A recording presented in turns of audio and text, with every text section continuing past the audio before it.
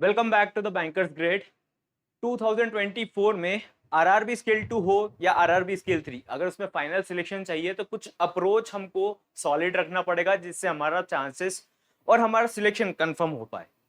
तो हम उन अप्रोच के बारे में आज बात करेंगे और अप्रोच जो हम बात करेंगे which will be simple and practical. Simple and practical क्यों होनी चाहिए?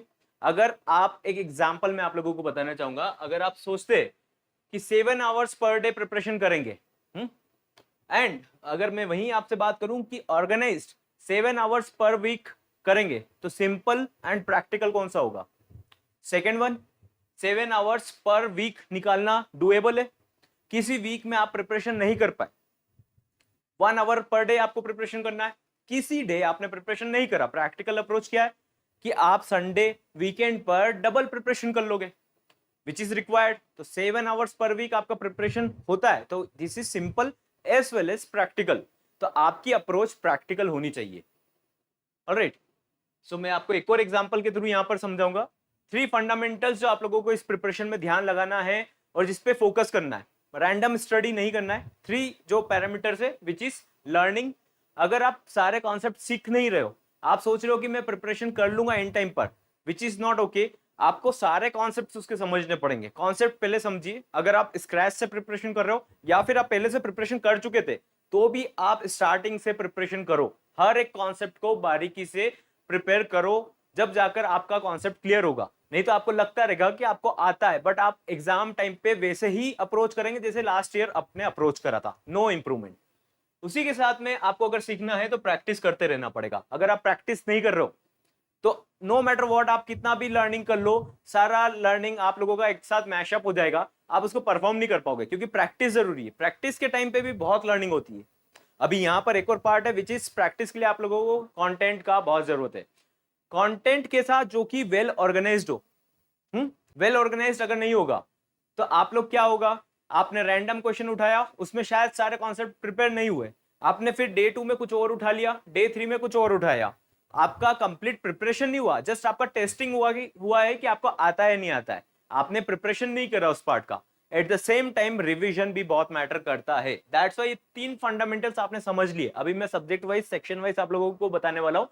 तीनों फंडामेंटल्स आपने समझ लिए तो आप लोगों को सिलेक्शन से कोई नहीं रोक सकता।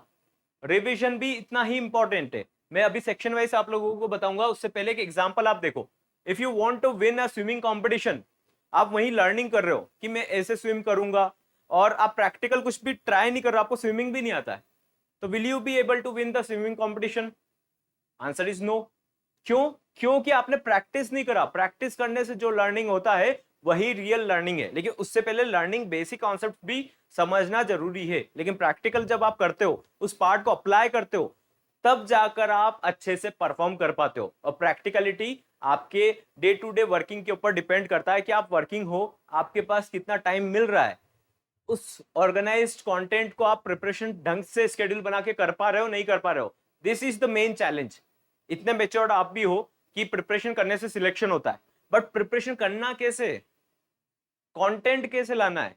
सपोज करते हैं अगर एक सीटिंग अरेंजमेंट का कॉन्सेप्ट है, उसमें 5 कॉन्सेप्ट है, आप खाली क्वेश्चन रैंडम उठा रहे हो तो इसमें 1 कॉन्सेप्ट का ही आपका प्रिपरेशन हो रहा है।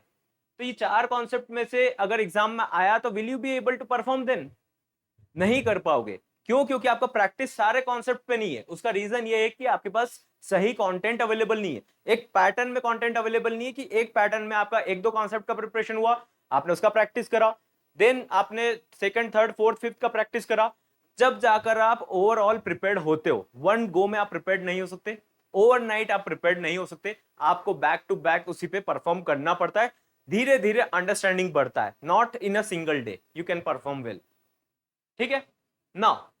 सिलेबस पार्ट में अभी सेक्शन पार्ट में आपको बताऊंगा हाई वेटेज मार्क्स पे आपको कैसे स्केड्यूल करना है आपका टाइम टेबल। उससे पहले those who are not aware of the offer plan which is हमारा कंप्लीट बैच जो कि real and practical at the same time है, 1399 में फुल कोर्स अवेलेबल है। Live recorded test series, PDF, everything is available. Mock test, practice sectional test भी available है। दोस्त who want to enrol, आप लोगों को स्क्रीन पर व्हाट्सएप नंबर डिस्प्ले हो रहा है, व्हाट्सएप के थ्रू आपको अपना मेल आईडी एंड बैच का नाम आरआरबी स्केल 2, आरआरबी स्केल 3 या फिर आरआरबी आईटी ऑफिसर, तीनों में से आप कोई सा भी ज्वाइन कर सकते हो जिसका आप प्रिपरेशन कर रहे हो। And as soon as possible team will help you out with manual payment process, और टीम आपको डेफिनेटली जल्दी से जल्दी एनरोल करा देगी। ओके, कोर्स वेबसाइट पर रन होगा बट आपको मैनुअली एनरोल करना है। Alright, so coming back to the main point, अभी ये तीनों सब्जेक्ट जो है आप फाइनेंशियल अवेयरनेस अगस्त में कर सकते हो पूरा साल भर का। अगर आप डे टू डे यूटिलाइज नहीं कर रहे हो, थोड़ा थोड़ा हैबिट प्रिपेयर नहीं कर रहे हो उसका, लाइक आप 15 मिनट्स पढ़ने का हैबिट नहीं डाल रहे हो, 1 आवर आप वीकली इस पे रिवीजन नहीं कर रहे हो, तो will you be able to perform? No. तो इसलिए financial awareness, reasoning and numerical ability पे जितना आप टाइम डिवोट करोगे हर टॉपिक पर जो हाईली वेटेड मार्क्स है, तो आप लोग यहाँ पर अच्छा परफॉर्म कर पाओगे। ये टोटल वेटेज रखेगा आप लोगों का 140 मार्क्स का। इंग्लिश एंड कंप्यूटर एप्टीट्यूड को आपको वीकली टाइम देना चाहिए, वीकली टाइम दीजिए, वीकली स्केड्यूल बनाइए कि इंग्लिश का पैराजम्बल हम लोग प्रिपेयर कर रहे हैं, कुछ ग्रामर पार्ट हमने ब्रेक करा है और उसको सिस्टमैटिकली पढ़ रहे हैं। हाँ, एजेंडा बनाइए। अगर एजेंडा नहीं बनाओगे, रैंडम जाओगे, you will not be able to perform then. आपको परफॉर्म करना है, अच्छे मार्क्स लाने हैं। जैसे सपोज करते हैं रीजनिंग में मशीन इनपुट आउटपुट हमेशा से आ रहा है, तो ये हाईली वेटेड मार्क है। अब ये कंफर्म आएगा, 5 क्वेश्चन आएंगे, 6.5 मार्क्स का रहेगा आप लोगों को। तो आपको क्या करना है, रीजनिंग में जब मशीन इनपुट आउटपुट करो, तो अभी आपने मशीन इनपुट आउटपुट स्टार्ट करा, फिर इसका प्रैक्टिस करना स्टार्ट करो वेराइटीज ऑफ क्वेश्चंस के साथ। हम लोग हमारे कोर्स में वेराइटीज ऑफ क्वेश्चंस जो रिलेटेबल है, जो एग्जाम पॉइंट ऑफ व्यू से सारे कॉन्सेप्ट आप लोगों का प्रिपेयर करवा दे, वो कंटेंट आप लोगों को चाहे उस पर 100 क्वेश्चंस मिले, 100 क्वेश्चंस का जरूरत हो, वो सब हम लोग आपको रिलेटेबल कंटेंट प्रोवाइड करेंगे इसी कोर्स में।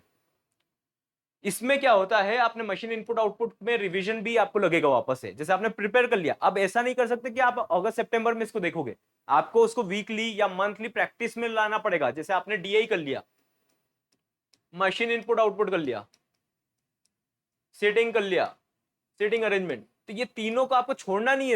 इसके बाद आपको प्रैक्टिस में रखना है इसको, चाहे आप इसको मंथ में 2 बार प्रैक्टिस करो, टेस्ट दो लेकिन टेस्ट देने के लिए आपको कंटेंट का जरूरत पड़ेगा, पहले कॉन्सेप्ट बनाने के लिए क्लास का जरूरत पड़ेगा, प्रैक्टिस सेशन आप लोगों का एंगेजमेंट रखेंगे।